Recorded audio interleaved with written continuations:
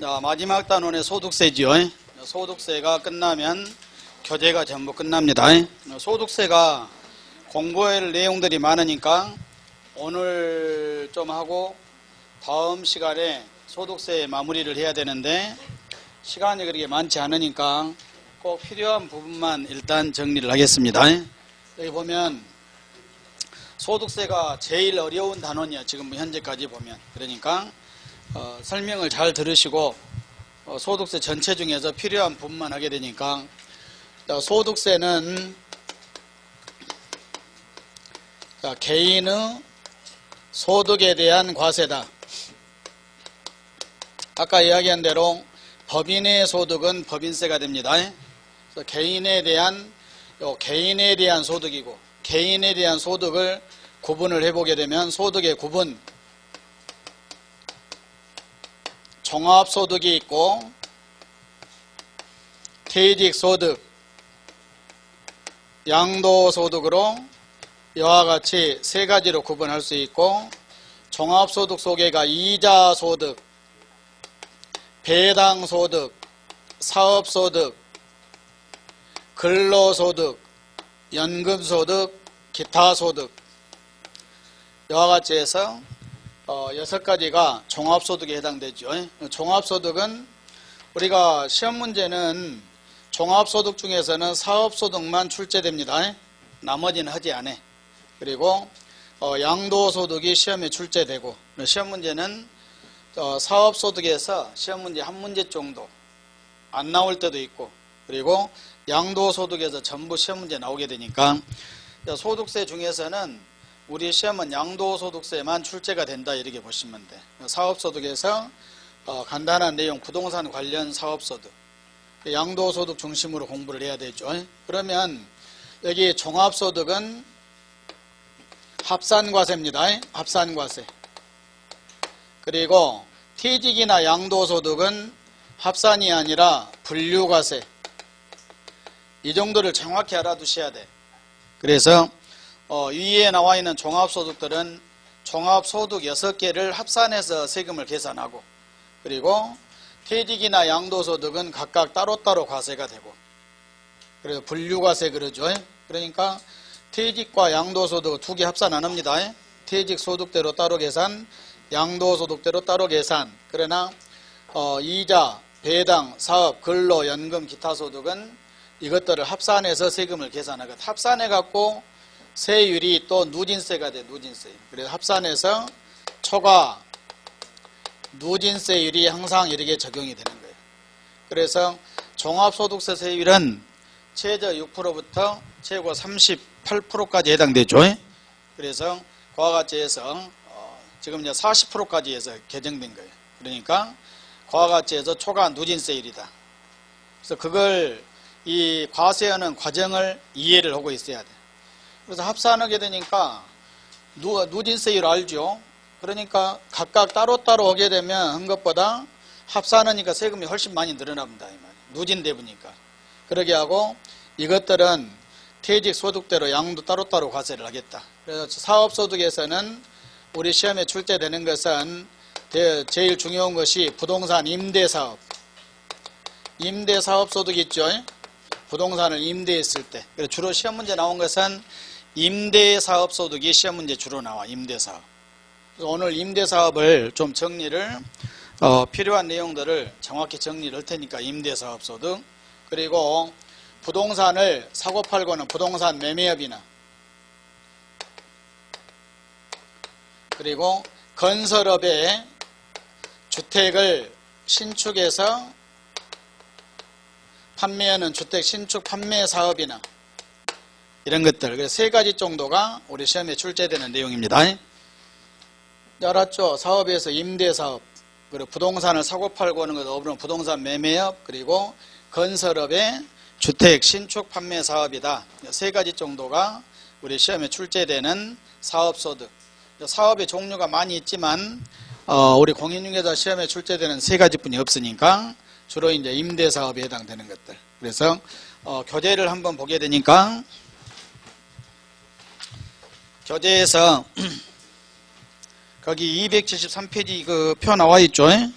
뒤로 넘겨서 납세 의무, 납세지 나와 있죠. 그래서 납세 의무는 아래 1번 거주자 확인하시고 거주자 찾았습니까? 거주자 박스 표만 한번 보시면 돼. 박스 표에 거주자는 판정 그랬죠. 판정, 거주자의 판정, 국내에 주소를 두거나 거기까지 끊고 우리나라에 주소를 두고 있는 사람은 거주자, 또 183일 이상 거소를 둔 자가 거주자. 거소는 며칠 이상이 돼야 됩니까? 183일 이상이 돼야 돼. 183은 1년 365일의 절반. 365일의 절반이면 얼마입니까? 계산기가 있어야 돼. 182.5, 182.5 반올림하니까 183일입니다. 혹시 시험에 나오면 그렇게 쓰시라고. 그리고 거기를 또 국어를 할 줄 알아야 돼. 국내에 주소를 두거나 주소는 기간 없어. 오늘 주소 두면 바로 거주자가 돼. 주소를 두거나 따로 끊고 거소는 며칠 이상 183일 이상 그 말입니다. 그러니까 그렇게 알고 보고 거주자가 아니면 전부 다 뭐이다 비거주자. 그리고 했고 거기 아래 저기 275페이지 거주자 비거주자 나와 있고 뭐 의제 그런 거 필요 없고 뒤로 넘겨서 276페이지 3번 나와 있죠. 3번 찾았습니까? 납세 의무의 범위까지는 할 것 없습니다. 저기 277페이지 과세기간 나와 있죠. 소득세 과세기간 암기하시고 소득세를 계산하는 기간은 1년입니다. 1월 1일부터 12월 31일까지다. 그래서 거기다가 1번에 원칙 나와 있죠. 밑줄 꺼놓으면 돼. 1월 1일부터 12월 31일 암기하고 1년을 소득세 과세 기간. 그러니까 소득세는 1년간치를 여기 보면 종합소득은 합산한다겠죠. 그렇게 1년 1월 1일부터 12월 31일까지 1년을 합산해서 하겠다 이런 뜻이야. 이해가죠? 그래서 1년간을 소득세 과세 기간을 원칙만 알아두시면 되고 뒤로 넘겨서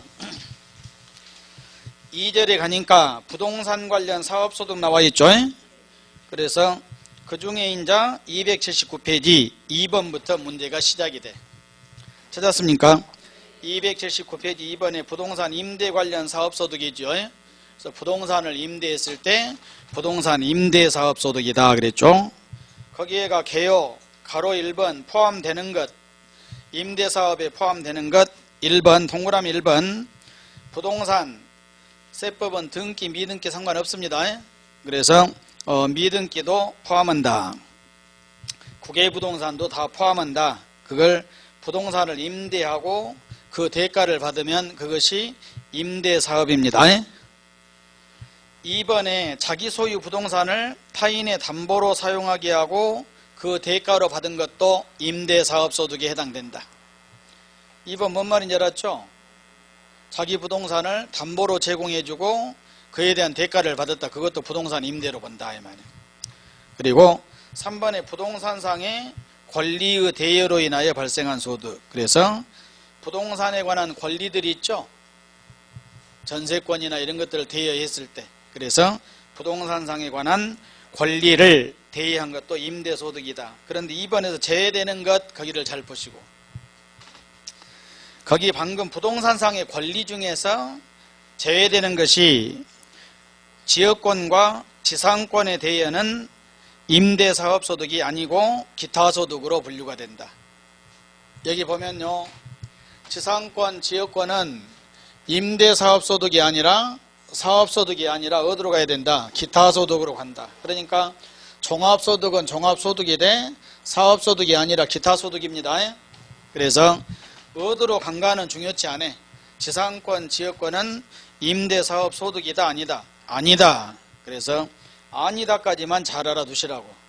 어디로 속하냐 여기까지 하면 또 몰라면 안 되니까. 그래서 그리고 지역권의 첫 글자 지자에다 동그라미 하고 지상권도 첫 글자가 지자에다 동그라미 하고 권리 중에서 첫 글자가 지자가 들어간 것만 제외돼. 알았죠? 그래서 그게 시험 문제 자주 나오니까 부동산상에 관한 권리를 대여한 것도 임대 사업소득에 대해 뭐뭇은 제외된다.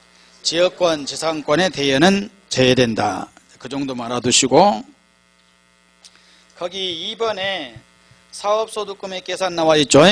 여러분들이 부동산을 임대하면 임대소득세를 계산할 때 이제 어떻게 해야 되냐. 그런데 여기 보게 되면 요 한 가지는 좀 알고 있어야 돼. 여러분들이 소득을 구할 때 소득금액은 수입금액에서 수입금액에서 마이너스 필요 경비를 빼면 소득이 돼. 소득. 알았습니까? 모든 소득을 구할 때는 수입금액에서 필요 경비를 빼야 된다. 필요 경비는 비용입니다. 임대를 할 때도 여러분들 여기에 나와 있는 소득세는 모든 소득은 수입금액이 있고 필요 경비가 있어. 그러면 예를 들어 이자를 받아도 수입금액이 있고 필요 경비가 있고, 은행에 대금해서 이자를 받으면 수입금액이 뭐입니까? 또 여기를 보고 오시라고 수입. 자, 은행에다 예금해서 이자를 받았다.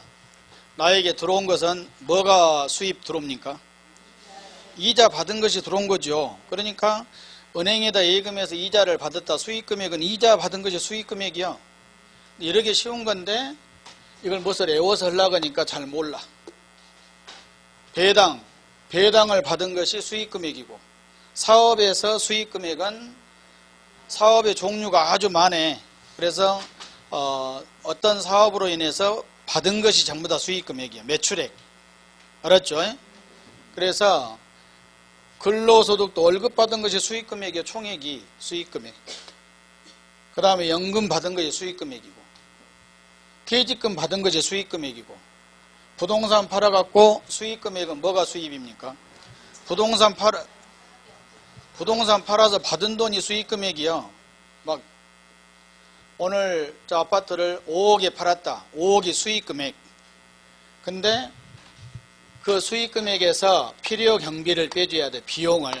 그래서 만약에 임대하면은 수입금액, 임대료가 수입금액이에요. 임대료 받은 것이. 그러면 임대하려면 임대를 함으로써 들어가는 비용들이 있죠. 그래서 임대로 인해서 지출된 비용들이 필요 경비라고 이야기합니다. 그래서 부동산을 임대하면 비용이 거의 없어. 조금뿐이 없죠. 예를 들어서 청소를 했다든가 그런 것들, 관리비 이런 것들뿐이 없는 거예요. 그러니까 임대료 받은 것이 거의 수입금액이 소득이 거의 다 됩니다, 이 말이에요. 그래서 지금부터 이제 그걸 공부하게 되니까 우리 소득세에서 항상 용어를 수입금액, 필요 경비 이걸 빼주면 소득이 됩니다. 소득은 그러니까 이익인 거예요. 이익. 그래서 거기 보면 1번에 총 수익금액 계산 나와 있죠. 총 수익금액은 간주임대료 플러스 임대료 플러스 관리비 수입 플러스 보험차익 이런 것들이 전부 다 뭐가 되냐? 수익금액이 되게 된다, 이 말이에요. 알았죠? 그러면 거기서 이제 여러분들이 아래 동그라미 1번 임대료. 간단히 내용 읽지 말고 제목만 보시오. 임대료. 임대료는 월세입니다. 잘 모르겠으면 옆에다 크게 써놔. 월세. 월세가 뭐인지 모르는 사람은 방법이 없다. 그 다음에 뒤로 넘겨서 2번에 간주임대료가 나오죠. 간주임대료는 임대료로 간주한다, 이 말이. 임대료로 간주한다. 그래서 그 옆에다가 써졌구만 가로. 보증금이나 전세금을 임대료로 간주하겠다. 그래서 여러분들이 크게 1번 임대료가 있을 수 있고 2번에 보증금, 전세금이 있을 수 있고 그래. 혼합형도 있죠. 보증금 얼마 받고 월세 얼마 이런 경우도 있고. 그러면 거기서 보증금이나 전세금을 임대료로 간주 임대료 계산은 어떻게 하냐. 아래 박스를 외운 것 아니니까 이해만 하시면 돼. 총 수익금액의 산입할 금액은 해당 과세기간의 보증금에 적수 그랬죠. 신경 쓰지 말고 임대용 부동산의 건설비 상당히 적수 필요 없고 보증금에다가 곱하기 365분의 1 그랬죠. 그리고 정기예금 이자율을 곱하죠. 그러니까 그 정기예금 이자율만 알면 돼. 보증금 곱하기 이자율을 곱해준다 이 말이야. 이자율은 국세청장이 정하니까 여러분들은 알 필요 없어. 매년 정해서 올해 2017년도 간주임대료 계산에 정기예금 이자율이 몇 프로로 하겠다 이렇게 고시를 해. 그래도 요사이 뭐 2. 몇 프로 이렇게 뿐이 안 돼. 옛날에 4%대 이렇게 하다가 그래서 애우지 말으라겠죠. 애우지 말으라고 한 것은 또 기억 잘 오고 안 되고 그런 이자율을 곱은 것이 간주임대료가 된다 이 말이에요. 그래서 여러분들이 간단히 이 정도만 알면 돼. 만약에 전세로 임대했다. 5억 전세다. 5억 곱하기 이자율을 곱하면 된다. 이렇게 보면 된다. 알았습니까? 그래서 그것을 간주임대료 그럽니다. 만약에 예를 들면 보증금 1억에 월세 뭐 200만 원씩 받고 있다. 그럼 월세는 1번에 임대료가 될 것이고 임대료죠. 월세 임대료 1억 원을 뭐고 간주임대료 이렇게 한다 이 말이에요. 그러면 소득세 과세기간 1년이다겠죠. 1월 12월 31일까지. 그러면 월세 임대료 계산 어떻게 해야 되냐. 한 달에 200만 원이니까 몇 달입니까? 12달. 그럼 200 곱하기 12달 하면 임대료가 나와. 알았습니까? 계산은 하지 말고 식만 세웁니다. 앞으로. 계산은 계산기가 하니까 200만 원 곱하기 12달 곱하면 임대료 끝났고 1억 곱하기 이자율 곱해주면 간주임대료 2개 더해주면 총 임대료가 되는 거예요. 수익금액 합계. 알았죠? 그런 식으로 계산한다. 이 정도만 알면 돼.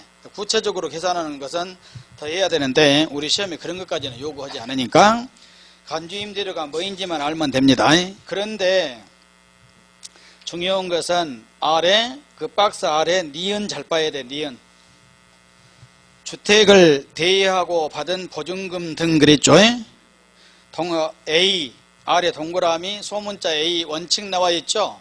원칙에다가 주택을 대여하고 보증금을 받은 경우는 원칙적으로 소득세를 과세하지 아니한다. 거기다 밑줄을 긋고. 뭔 말입니까? 우리가 주택을 임대하고 보증금 전세금을 받으면 그 부분은 소득세를 과세하지 않겠다. 여기 보면 만약에 주택을 내가 임대하고 보증금 1억에 월세 200만 원씩 받고 있다. 그럼 보증금은 과세 안 한다 이 말이야. 월세만 과세. 주택에 한해서. 상가는 보증금 간주임대료도 계산하고 그 다음에 월세도 계산해야 되고. 알았죠? A. 그런데 원칙적으로 주택은 간주임대료를 계산하지 않대. 이런 사람만 과세를 하겠다. 3주택 가로 거기에다 밑줄 긋고 3주택 이상 줄 그었습니까? 3주택 이상인 사람 가로 60제곱미터 이하 밑줄 긋고 기준시가 3억 이하 줄 긋고 됐지요? 그걸 제외 포함하지 아니한다 줄 긋고 주택수를 계산할 때 자기가 주택 지금 몇 개입니까? 3개, 5개, 10개, 6개. 자기가 가지고 있는 주택이 만약에 6개다. 만약에 10개다. 내가 주택이 10개입니다. 그런데 이런 주택은 수에 안 들어가. 60제곱미터 이하인 것. 그리고 기준시가가 3억 이하인 주택. 두 가지 다 해당돼야 돼. 그러니까 면적이 60제곱미터 이하고 그리고 기준시가 3억 이하인 주택은 수에 안 들어간다. 그러면 내가 10개인데 그 중에서 8개가 60제곱미터 이하야. 3억 이하고. 그럼 60제곱미터 이하면 거의 기준시가 3억 이하가 되겠죠. 지방에서는 거의 해당돼. 그래서 그러면 10개인데 8개가 60제곱미터 이하고 3억 이하면 그건 합산이 안 되니까 개수는 10개지만 몇 개뿐이 안 됩니까? 2개뿐이 안 되는 거예요. 여기서 3주택 이상을 계산할 때는 60제곱미터 이하는 제외. 여기서 60제곱 항상 우리는 법에서 한 것은 전용면적으로 따집니다. 전용면적 60이면 평수로 오면은 18평 넘어. 18평 좀 더 되죠. 거기다 쓰지 말고 그러게 이해만 하면 돼. 그러면 전용 면적이 18평 정도 된다 그러면 분양 면적으로 하면 24평, 5평 이렇게 된다. 그러니까 여러 개 이해를 하면 돼. 60제곱미터 이하 우리가 분양 면적으로 보통 하면 24평형, 25평형 이런 것들까지는 개수에 안 들어간다. 30평대 아파트는 들어갑니다. 거기가 원래 개정된 거예요. 60이 아니라 원래 85제곱미터 이하였는데 거기가 60제곱미터 이하로 개정된 거. 그러니까 밑줄 그어놓고 그래서 강화됐죠 지금. 작년까지는 그렇게 했는데 올해부터 그러면 3주택 이상 뛰어넘었습니까? 저기 갔어요? 저기까지 이상을 소유하고 했죠. 해당 주택의 보증금의 합계액이 3억을 초과한 경우에는 보증금 등의 사업소득금액을 계산한다. 어떤 사람만 주택을 임대하고 보증금에 대해서 과세합니까? 3주택 이상이고 보증금 합계가 얼마를 초과해야 되고 3억을 초과한 사람만 계산하겠다 이런 뜻이야. 됐습니까? 그만 보고 여기 또 다 알았다고 그랬는데 나중에 딴 일 하면 안 되니까 주택은 보증금 과세 안 한다겠죠? 이런 사람만 보증금을 과세하겠다. 어떤 사람만 하게 되냐? 3주택 이상 주택이 3개 이상이고 그리고 3개 이상이고 보증금 합계가 3억을 초과해야 돼. 초과. 알았죠? 그러니까 내가 주택을 3개 이상 가지고 있고 보증금 임대한 보증금 합계가 3억을 초과한 사람은 과세를 하겠다 이런 뜻이야. 그리고 3주택 이상을 계산할 때는 소형주택은 개수에 안 들어간다. 그 기준이 60제곱미터다겠죠. 60제곱미터 이하. 그리고 기준시가 3억 이하. 거기서 나온 것은 3주택에서 나온 것은 다 3자가 나와. 60만 빼고. 3억 기준시가 얼마? 3억. 3주택 기준시가 3억. 알았습니까? 그리고 보증금도 얼마 초과? 3억 초과. 이런 사람만 해당된다. 그래서 정리하면 주택에 한해서는 이렇게 하고 상가는 개수에 상관없이 면적, 금액에 상관없이 면적에 상관없이 무조건 간주임대료 다 계산해. 상가 만약에 내가 상가 하나, 조그마한 상가 하나를 갖고 있다 임대를 했다. 근데 보증금 1억에 월세 100만 원씩 받고 있다. 그럼 보증금도 무조건 계산해야 돼. 상가는. 주택에 한해서는 어떤 사람만 보증금, 전세금을 과세한다. 3주택 이상이고 보증금 합계가 3억을 초과한 사람만. 알았죠? 이런 사람만 간주임대료를 계산하겠다. 이것이 시험 문제 그렇게 자주 나오는 거예요. 그래서 거기를 잘 봅니다. 주택에 대한 간주임대료 계산. 그리고 나머지는 저기 필요경비 할 것 없고 3번에 수입 시기도 할 것 없고 4번 보시고 4번 비과세. 자, 비과세입니다. 여러분들이 임대했을 때 이런 것들은 과세를 하지 않겠다. 1번 논밭을 임대하면은 비과세. 논밭을 임대하면은 비과세. 뭔 말인지 알았죠? 내가 임대했는데 논밭을 임대했다. 그러면 비과세를 하겠다 이 말이에요. 2번에 한 개 주택을 소유하는 자가 임대하면 이것도 비과세를 하겠다. 주택이 한 개인 사람. 그런데 한 개 주택 소유자 가로 기준시가 9억을 초과하는 주택 및 9개 소재 주택은 제외하고. 뭔 말입니까? 내가 주택을 하나 가지고 있다가 임대하면 비과세지요. 그러나 기준시가 9억을 초과한 것은 과세. 하나라 하더라도 9개 외국에 있는 주택은 과세. 됐죠? 한 개 주택 소유자는 비과세입니다. 뒤로 넘겨서 거기 1번 그리고 2번 나와 있죠. 2번 거기 2번 보시고 비과세 판정 시 주택수 계산. 주택이 한 개냐 아니냐를 따질 때 기억 다가구 주택은 한 개로 봅니다. 또 지방세 할 때 내가 알려줬는데 다가구 주택은 지방세는 몇 개로 본다? 다가구 주택은 지방세는 몇 개? 그러면 국세는 몇 개로? 방금 왜 밑줄을 그어놓고 또 모른 체 해불고? 국세는 한 개. 다가구 주택 알죠? 원룸이나 이런 다가구 주택. 그래서 다가구 주택은 지방세는 각각을 하나로, 국세는 전체를 한 개로. 그러니까 다가구 주택을 하나만 가지고 있는 사람은 다가구는 전체를 한 개로 봐주니까 1주택 소유자, 그래서 비과세 받을 수 있다 이 말이에요. 알았습니까? 임대했을 때. 니은에 공동소유주택, 공동소유가 뭐인지 알죠? 하나의 주택을 두 사람 이상이 가지고 있다. 공동소유주택은 지분이 가장 큰 자의 소유로 계산한다. 지분이 큰 사람의 주택수로 봐주겠다. 지분이 큰 자가 2인 이상인 경우에는 각각 1주택으로 보겠다. 그들이 합의하여 그들 중 1인을 당해주택 임대 수입의 기속으로 정한 경우는 그 소유로 계산한다. 뭔 말인지 알겠습니까? 공동소유주택은 먼저 어떻게 적용하고, 지분이 큰 사람의 주택수로 계산하고, 지분이 큰 자가 2인 이상이면 각각 1주택으로 계산하고, 각각 1주택으로 보되 2인 이상이 합의하면 한 사람으로 봐주겠다. 알았습니까? 그 다음에 디귿으로 가시고, 임차 전세받은 주택을 전대 전전세하는 경우, 빌린 걸 빌려준 경우 있죠? 이것도 주택수에 포함시키겠다. 자기가 주택 하나야 내가, 근데 남의 걸 빌려갖고 빌려줬다. 그것도 수에 들어가니까 2주택 대분다 이 말이에요. 자기 거 비과세 못 받습니다. 그리고 니을 본인과 배우자가 각각 주택을 소유한 경우는 이를 합산한다. 남편 하나 부인 하나면 2주택이니까 비과세 못 받는다 이 말이에요.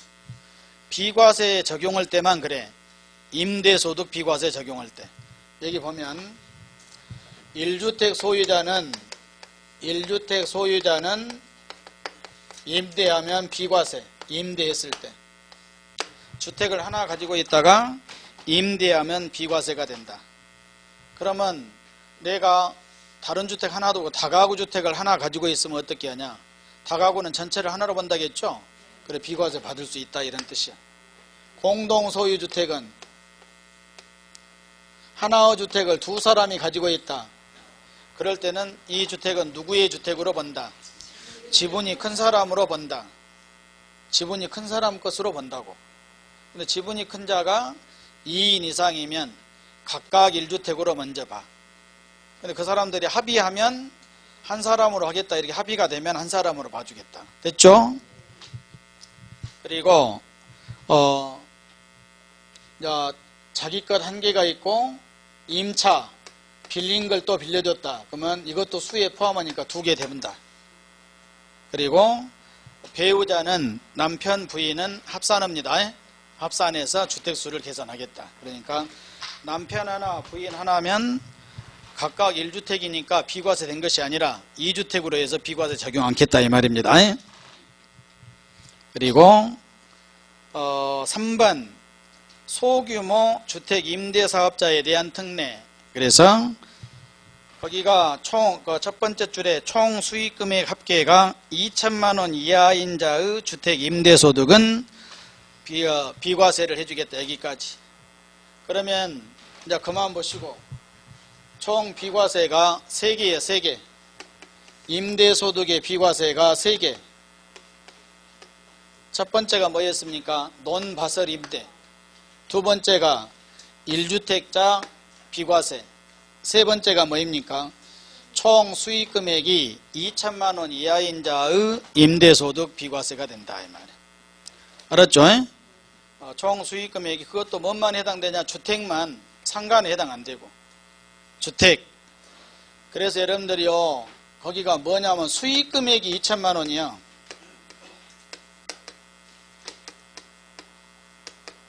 수익금액이 2천만 원 이하니까 수익금액이 뭐라겠습니까? 임대료다겠죠. 월세. 주택이니까 주택만 해당됩니다. 상가는 아니고. 그러니까 수익금액이 연 수익금액이 2천만 원 이하니까 그러면 1년치가 2천만 원 정도 되려고 하면 한 달에 얼마 정도 됩니까? 180만 원 정도, 170만 원 정도. 그러니까 여러분들이 지금 임대하면서 월세 받은 것이 연간 2천만 원 이하면 주택 임대소득의 비과세가 된 거예요. 뭔 말인지 알았습니까? 개수가 아무리 많아도. 그렇게 하니까 지금 여러분들이 주택을 하나나 두 개 정도 임대해갖고 월세 뭐 5, 60만 원 받고 100만 원 정도 받고 있어도 그 주택 임대로 인한 소득세는 비과세예요. 비과세. 비과세니까 신고 안 해도 상관없습니다. 그래서 세금이 없다. 그러니까 요 세 가지를 잘 기억을 하셔야 돼. 논밭을 임대한 경우 비과세고, 1주택 소유자가 임대하면 비과세고, 그리고 주택을 임대소득이 수익금액 연간 2천만 원 이하인 경우 비과세. 그래서 그 세 가지 임대에서 비과세 정도 알아두시고, 283페이지는 X 할 것 없고, 그래서 주로 임대사업소득이 시험 문제 나오게 되니까 우리 교재 임대사업 중심으로 나와 있죠. 그러게 하고 뒤로 넘어가니까 293페이지 양도소득세가 나와. 양도소득세가 거기에 나와 있는 양도소득세가 바로 여기 이제 사업소득이 다 끝나고 양도소득에 대한 양도소득세죠. 양도소득세를 하면은 이것이 마지막 단어 양도소득세에 대해서 이제 체계적으로 다음 시간에 공부를 하겠습니다. 다음 한 주 정도에서 양도소득세를 할 수 있는 시간 범위 내에서 마치니까 그러게 알고, 여러분들은 1페이지부터 오늘 배운 데까지를 잘 기억만 하고 있으면 돼. 뒤에 남아있는 것은 다음 시간에 끝나게 되니까 오늘 여기까지 하겠습니다. 수고하셨습니다.